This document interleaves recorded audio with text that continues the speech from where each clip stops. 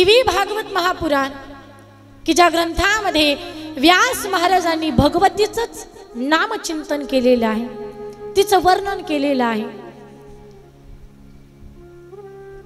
ती सच्चिदानंद रूपिणी आहे, आदि शक्ती आहे। ती शक्ती रूपानं प्रत्येक मनुष्याच्या शरीरामध्ये तिचा संचार आहे, मनुष्याच्या पूर्ण शरीरामध्ये तिचा संचार आहे। शक्ती रूपानं ती तुमच्या आमच्यामध्ये तिचा वास आहे। माणसाला एखादं काम करायचं असेल काय लागते? शक्ती लागते, बरोबर आहे का? एखादा मोठा दगड तुम्हाला म्हणजे आपल्या शेतातला उचलायचा आणि दुसऱ्याच्या शेतात टाकायचा आहे, हे जर काम करायचं असेल तर काय लागते? ताकद, शक्ती लागते ना। जोरदार शक्ती लावायची, तो उचलायचा आणि दुसऱ्याच्या शेतात द्यायचा टाकून। पण चांगल्या कामासाठी शक्तीचा उपयोग करत नाही आपण। जिथं नको म्हटलं की तिथंच आपण शक्तीचा वापर करतो।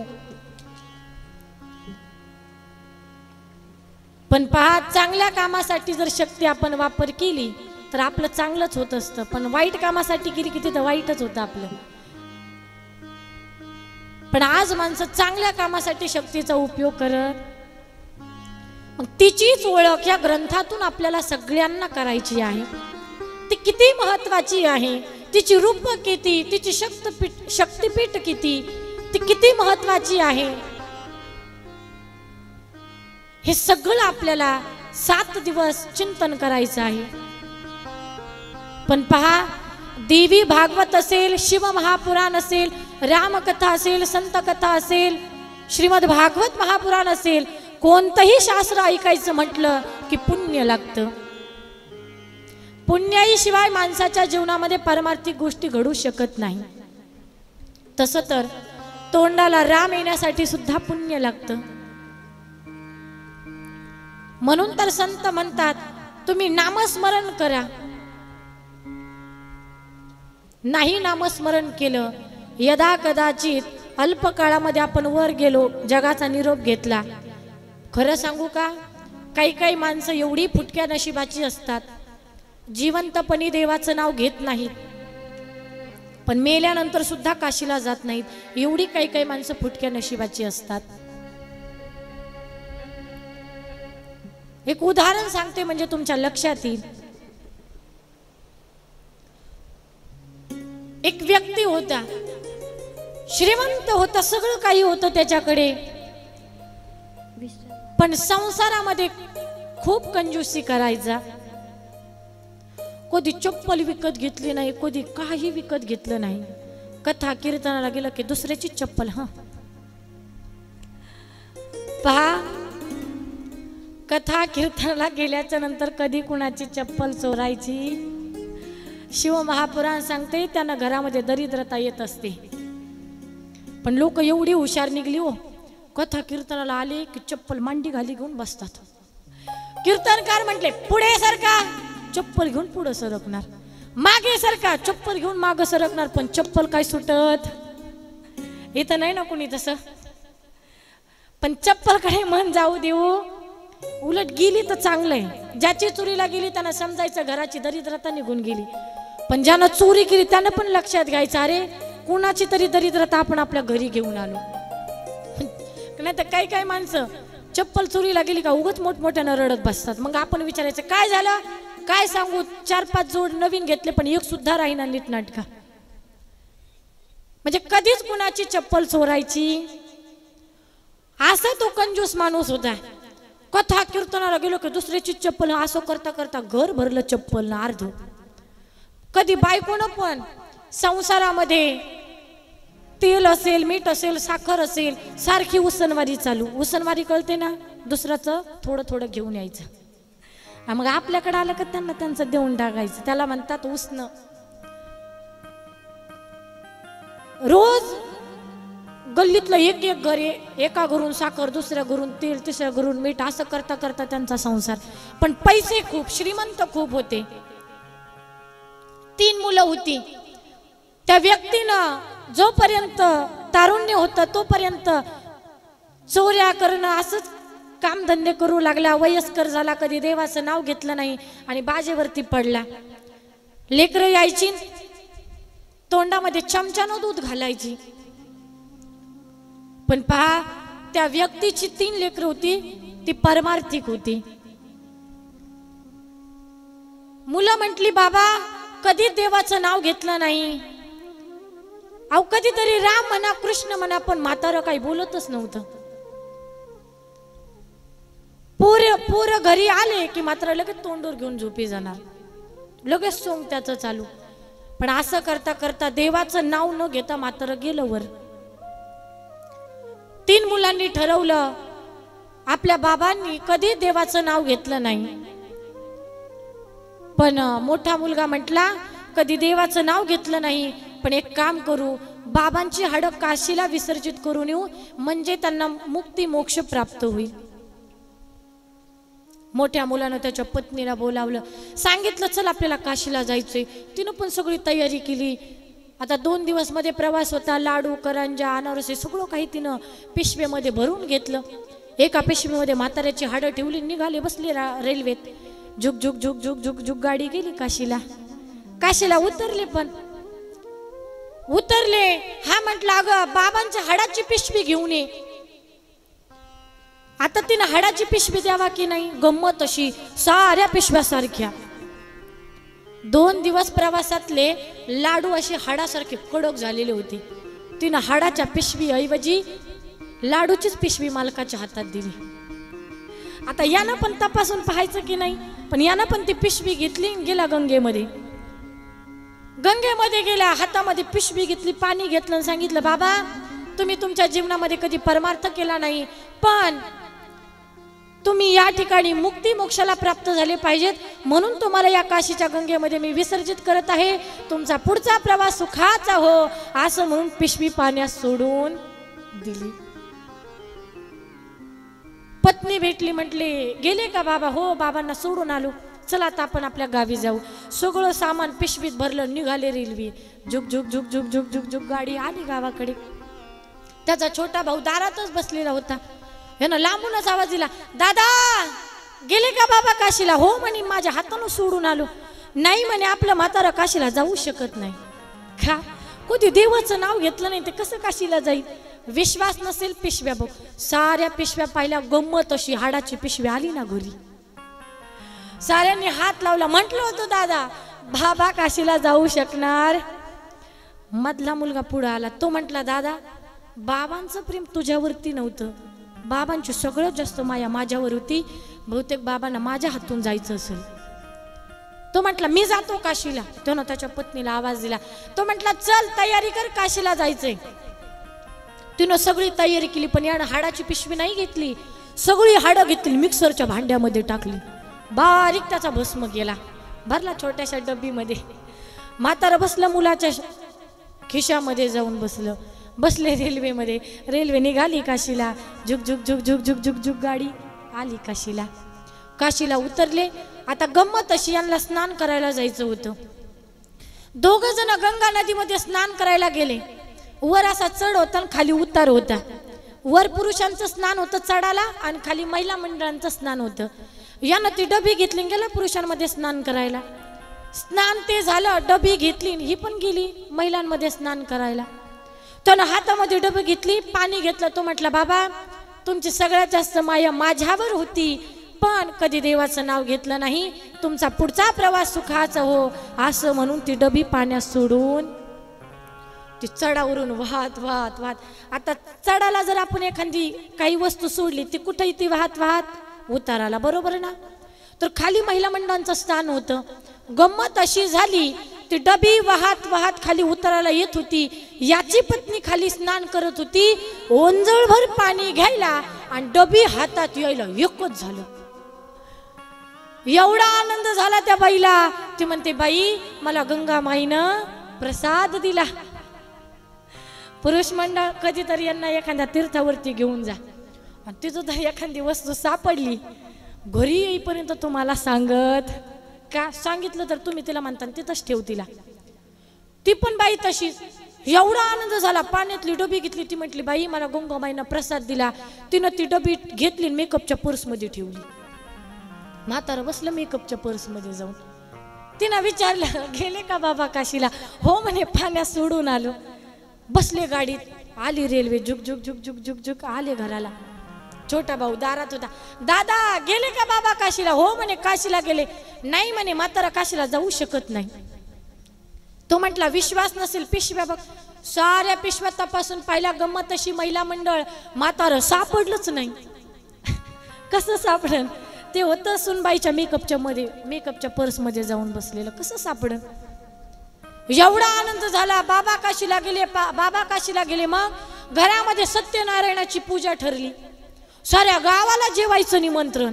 सारे पाहुणे रावळे, सासू सासरे, सगळी मंडळी आली. आणि दुसऱ्या दिवशी गंमत अशी, सत्यनारायणाची पूजा, ब्राह्मण देवता आले. पूजेला सुरुवात झाली. अर्ध्यापर्यंत पूजा आली आणि मंगीची ट्यूबलाईट पेटली. ती म्हटली थांबा थांबा थांबा थांबा, खाल नदीमध्ये मला गंगामाईनं प्रसाद दिला होता. हा म्हटलं पटकन, थोडी पूजा राहिली, पटकन घेऊन ये प्रसाद. अशी बाई उठली, गेली, मेकअपची पर्स घेतली, त्याच्यातून ती डबी काढली. ती डबी पाहिली तिच्या दिरानं. ती डबी पाहिली, त्यानं ओळखली ती डबी. तो बाहेर पळत गेला. थांबा थांबा पूजा थांबा, बाबा काशीला गेले नाही. अरे आपलं म्हातारं घरी आलं. साऱ्यांनी डोक्याला हात लावला. याचा अर्थ काय? दृष्टांत संपला. म्हणजे जी माणसं देवाचं नाव सुद्धा घेत नाहीत, एक वेळा काय 100 वेळा काशीला घेऊन जा, तिथं थांबू शकत नाही. का? त्यांनी त्यांच्या जीवनामध्ये कधी परमार्थ केला नाही, कधी देवाचं नाव घेतलं नाही. पण आपली अवस्था तशी होऊ नये म्हणून ही देवी भागवताचा यज्ञ आहे. हनुमंतरायांच्या पवित्र प्रांगणामध्ये हा देवी भागवत कथा यज्ञ. आणि खरंच हा यज्ञ नक्कीच सफलतेला जाणार आहे.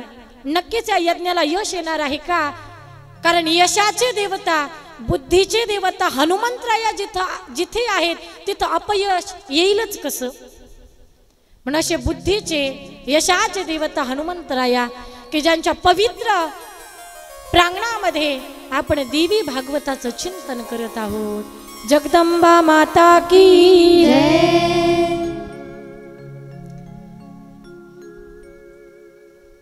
म्हणजे देवाचं नाव असेल, कथा असेल, कीर्तन असेल, कुठलंही शास्त्र असेल, परमार्थ असेल, सत्संग असेल, या सगळ्या गोष्टी पुण्याशिवाय घडू शकत नाही. म्हणून संत म्हणतात, जन्मोजन्मी आम्ही, जन्मोजन्मी आम्ही बहु पुण्य केले, जन्मोजन्मी आम्ही बहु पुण्य केले, जन्मोजन्मी आम्ही बहु पुण्य केले, जन्मोजन्मी आम्ही. देवाया विठा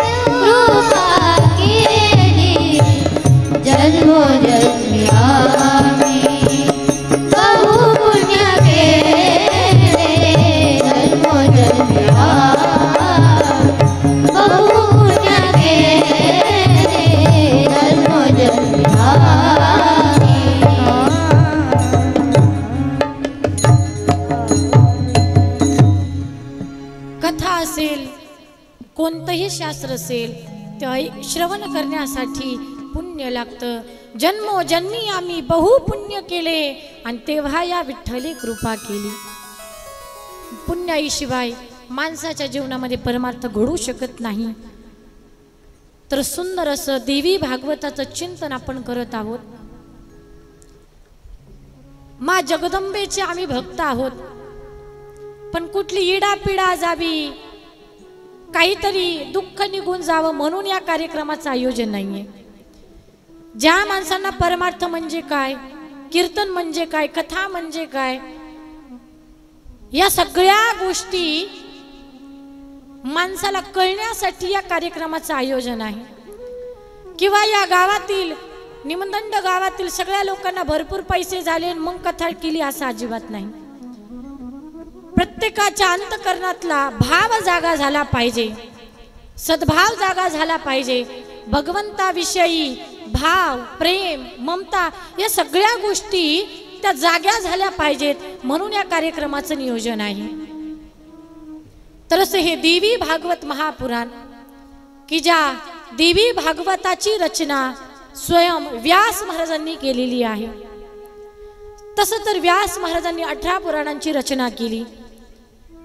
मत्स्य पुराण, मार्कंडेय पुराण, वराह पुराण, अग्नि पुराण, भविष्य पुराण, भागवत पुराण, ब्रह्म पुराण, ब्रह्मांड पुराण, ब्रह्मवैवर्त पुराण, वामन पुराण, वायू पुराण, विष्णू पुराण, नारद पुराण, पद्म पुराण, लिंग पुराण, गरुड पुराण, कूर्म पुराण आणि स्कंद पुराण अशी 18 पुराणांची रचना व्यास महाराजांनी केली. मग हे देवी भागवत अगोदर कुणी श्रवण केलं तर शौनकादी महामुनींनी श्रवण केलं की ज्या देवी भागवत ग्रंथामध्ये 18,000 श्लोक आहेत. 18,000 श्लोकांचा हा पवित्र ग्रंथ आहे की त्यामध्ये फक्त जगदंबेचं वर्णन केलेलं आहे. जीवनामध्ये शक्ती किती महत्वाची आहे त्या शक्तीचं वर्णन या ग्रंथामध्ये केलेलं आहे. आम्ही मगाशीच बोलले, कोणतंही काम असेल ते काम करण्यासाठी शक्ती लागते. एखाद्याला मारायचं असेल तर शक्ती लागते, एखाद्यासोबत ताकदीनं भांडण करायचं असेल तर शक्ती लागते. पण पहा, हीच शक्ती जाऊ द्या. आता सर्वांनी थोडंसं बोला, कानातली शक्ती जाऊ द्या, ऐकू येईल का?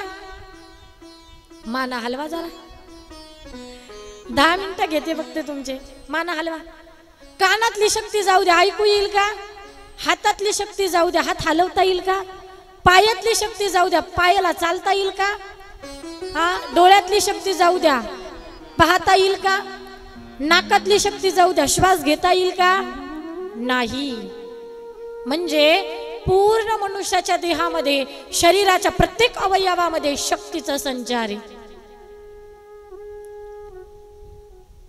शक्तीचं किती महत्व आहे ते वर्णन आपल्याला या देवी भागवत महापुराण ग्रंथामध्ये पाहायचं आहे. हे देवी भागवत म्हणजे साक्षात परअंबेचं वाङ्मय प्रतिरूप आहे. फक्त पेनानं लिहिलेली अक्षरं नाही आहेत, यामध्ये जगदंबेचं वास्तव्य आहे. ती जगत जननी माय भवानी, जीवनामध्ये तिचं किती मोठं महत्व आहे, तिचे आपल्यावरती किती उपकार आहेत याची जाणीव आपल्याला झाली पाहिजे. म्हणून हळूहळू रोज जीवनामध्ये शक्ती किती महत्वाची असते ते मी सांगण्याचा प्रयत्न करणार आहे. पण पहा, तसं तर काही काही भागामध्ये देवी भागवत हे फक्त नवरात्रामध्ये केलं जातं, 9 दिवस. पण आपण भाग्यवान आहोत, नवरात्राची वाट कुणी पाहिली नाही. एवढं सुंदर आपण मध्येच देवी भागवताचं आयोजन केले. पण देवी भागवत म्हटलं की नवरात्रामध्येच लोक करतात. फक्त 9 दिवस, 9 दिवस फक्त भगवतीचं चिंतन करायचं, तिचं नामस्मरण करायचं, तिची ज्योत जाळायची, व्रत करायचं, उपासना करायची फक्त नवरात्रामध्ये. पण सांगू, तसे भगवतीचे वर्षभरामध्ये 4 नवरात्र येतात. चैत्र शुद्ध प्रतिपदा ते चैत्र शुद्ध नवमी, आषाढ शुद्ध प्रतिपदा ते आषाढ शुद्ध नवमी, आश्विनी शुद्ध प्रतिपदा ते विजयादशमी आणि माघ शुद्ध प्रतिपदा ते माघ पौर्णिमा पर्यंत असे वर्षभरामध्ये देवीचे 4 नवरात्र येतात. मग नवरात्रामध्ये असतं काय? कुणी आईचा गोंधळ घालतं, कुणी तिची ज्योत घालतं, कुणी व्रत करतं, कुणी उपासना करतं. पहा, जगदंबेचा गोंधळ तुम्ही आम्ही घालावा, नवल नाही. संतांनी सुद्धा देवीचा गोंधळ घातला. स्वर्ग मृत्यू पातळ याचा मंडप घातला, स्वर्ग मृत्यू पातळ याचा मंडप घातला, स्वर्ग मृत्यू पाताळ याचा मंडप घातला. चारी वेदांचा फुलवरा बांधिला हो, चारी वेदांचा फुलवरा बांधिला हो. शास्त्र पुराणे अनुवाद तुझ्या बांधिला हो, शास्त्र पुराणे अनुवाद तिला गोंधळाला हो. उदो बोला उदो बोला उदो बोला उदो बोला उदो बोला उदो बोला जय हो. उदो बोला कृष्णबाई माऊलीचा हो, उदो बोला उदो बोला उदो बोला अंबाबाई माऊलीचा हो. उदो बोला उदो बोला उदो बोला अंबाबाई माऊलीचा हो. जय हो. उदो बोला उदो बोला उदो बोला अंबाबाई माऊलीचा हो.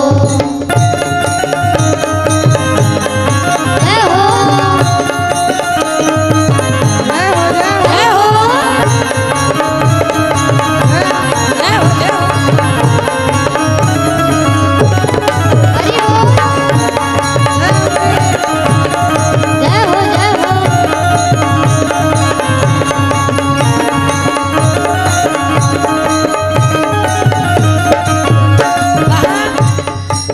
आपण देवीचा गोंधळ घालतो, नवल नाही. अनेक साधू संत मंडळांनी देवीचा गोंधळ घातलेला आहे. नाथ बाबांनी सुद्धा गोंधळ घातला, तुकोबारांनी गोंधळ घातला, प्रत्येक संतांनी आईचा गोंधळ घातला. पण संतांनी कधी गोंधळ घातला?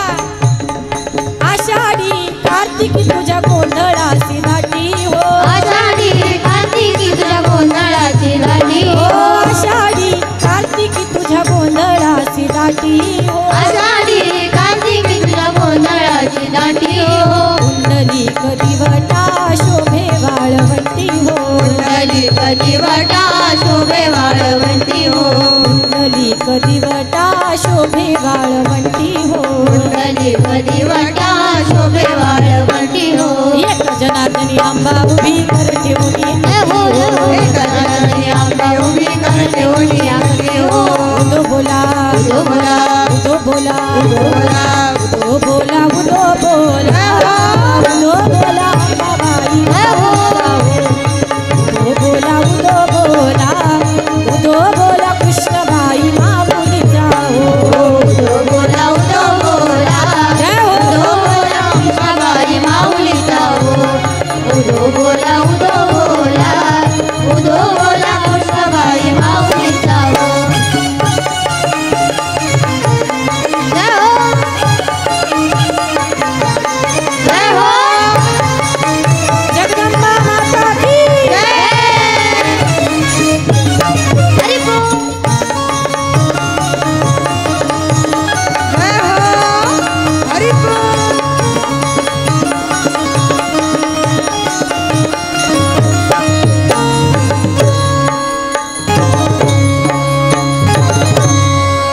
जगदंबा माता की जय.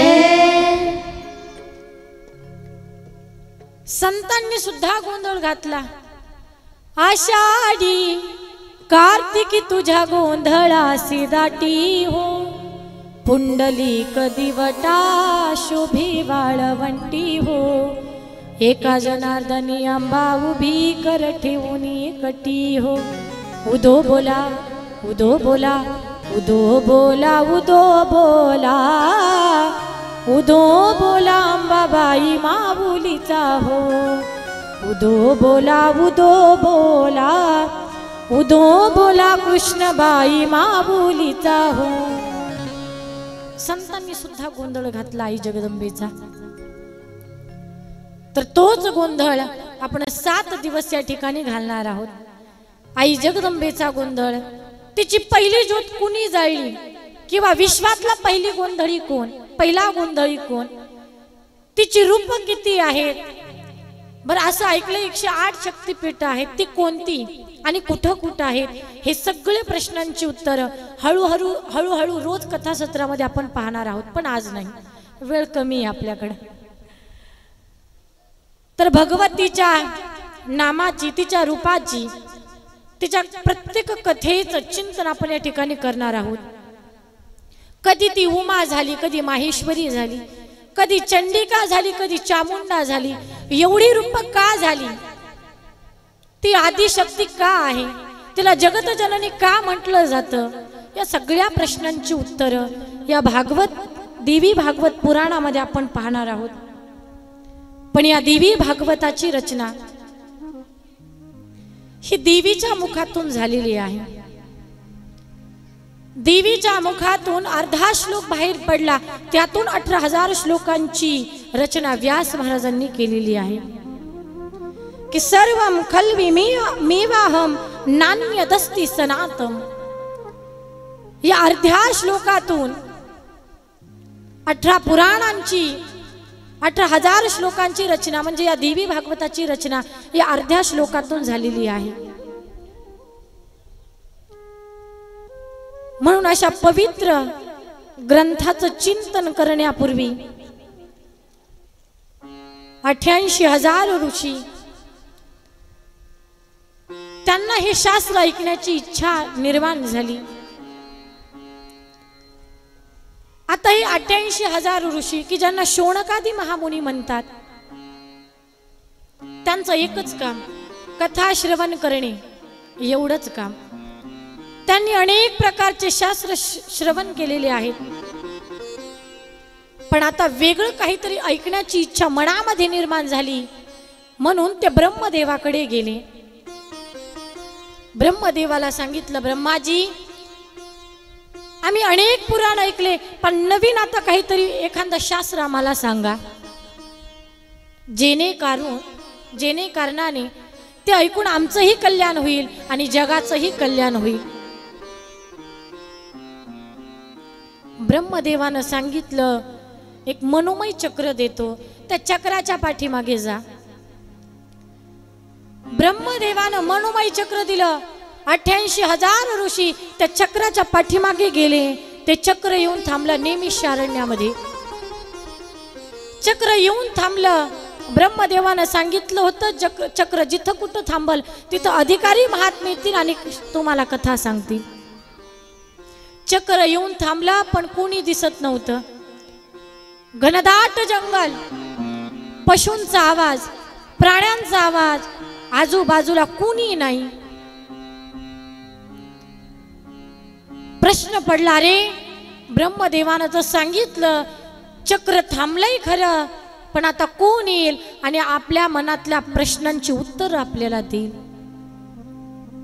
मनामध्ये प्रश्न यायला आणि सूत महाराजांचं तिथं आगमन व्हायला एकच झालं. सगळ्यांनी जय जयकार केला. सूत महाराज की सगळ्यांनी सूत महाराजांचा स्वागत केलं. पण सगळे ऋषी मुनी म्हणू लागले, सूतजी असं दिव्य शास्त्र आम्हाला सांगा, जेणे कारणाने ते शास्त्र ऐकून आमचंही कल्याण होईल आणि येणाऱ्या काळातील लोकांचंही कल्याण होईल. सूतजी म्हटले, शौनकादी महामुनींनो काही काळजी करू नका, असं शास्त्र सांगतो, पण तुम्ही जे बोलतायत ते बरोबर आहे. शौनकादी महामुनी म्हटले, असं शास्त्र सांगा की कलियुगामध्ये लोकांचा उद्धार झाला पाहिजे. सूतजी म्हणतात, शौनकादी महामुनींनो तुम्ही जे बोलत आहेत ते सत्य आहे, कारण असं दिव्य शास्त्र सांगतो की ते ऐकून तुमचंही कोटी कल्याण झालं पाहिजे आणि कलियुगातल्या लोकांचं सुद्धा कोटी कल्याण झालं पाहिजे. माणूस संसारामध्ये प्रपंचामध्ये एवढा गुंतून गेलाय, एवढा गुंतून गेलाय की कधी माणसाला देवाचं मंदिर सुद्धा नीट पाहता येत नाही, देवमूर्ती सुद्धा पाहता येत नाही. जसं सूत महाराजांनी सांगितलं, हे कलियुग तसंच निघालं. कलियुगामध्ये लोकांना परमार्थाला वेळच मिळत नाही. का? कारण या कलियुगातील माणसाचं आयुष्य हे अल्प झालेलं आहे. काही काही म्हणतात, ताई आम्ही कलियुगामध्ये परमार्थ करू, पण कधी म्हातारपणी परमार्थ करू. पहा तुम्ही, असे असतात काही काही, ते म्हणतात म्हातारपणी परमार्थ करू. पण दादा, म्हातारपण येतं का नाही हे जर माहिती नसेल, परमार्थ कधी करणार? कलियुगातल्या लोकांना उद्धाराची तळमळ अजिबात नाही. सूतजींनी सांगितलं होतं, तसंच निघालं. या कलियुगामध्ये अशी काही माणसं आहेत, त्यांना उद्धाराची काहीच तळमळ नाही.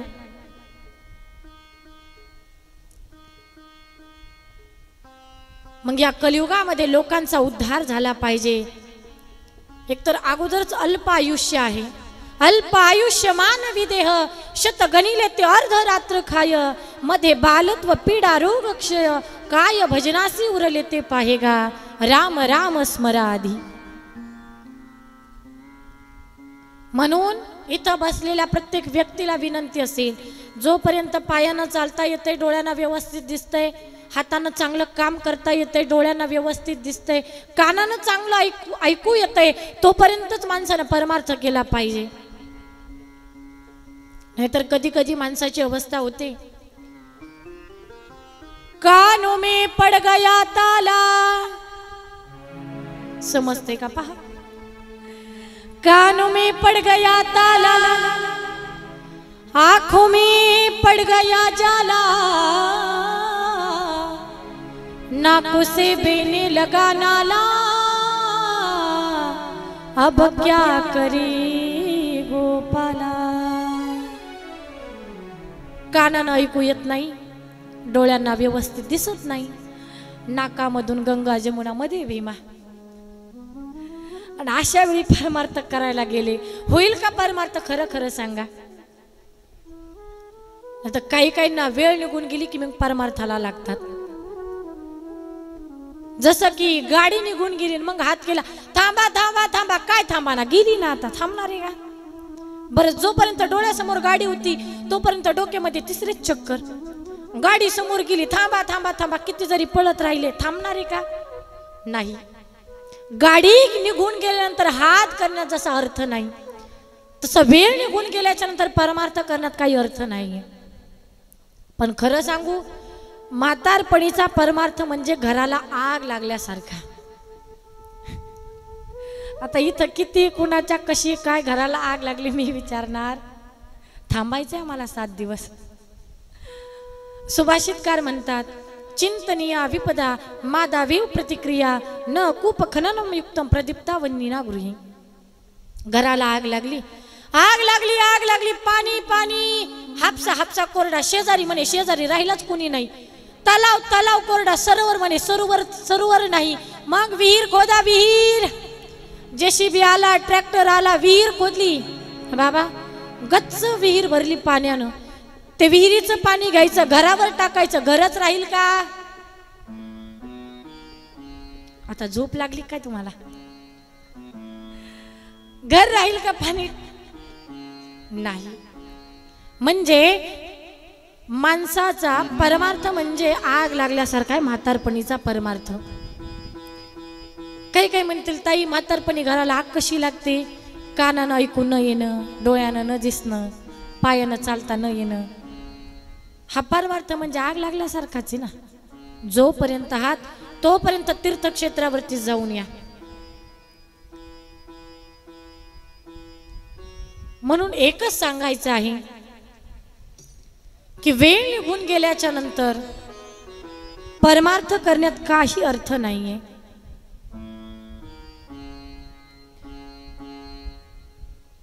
कारण या कलियुगामध्ये माणसाचं आयुष्य कमी झालेलं आहे.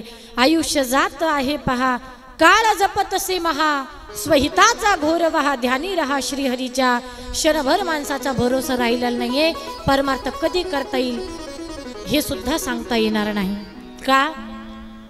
क्षणभंगूर नाही भरवसा, क्षणभंगूर नाही भरवसा, व्हावी सावध सोडा मायाशा, काही सावध सोडा मायाशा, काही नसले मग गळा पडेल फासा, काही नसले मग गळा पडेल फासा, पुढे हुशार थोर आहे ओळता गा, पुढे हुशार थोर आहे ओळता गा, राम राम स्मरा, राम राम स्मरा, ओ राम राम स्मरा, राम राम स्मरा.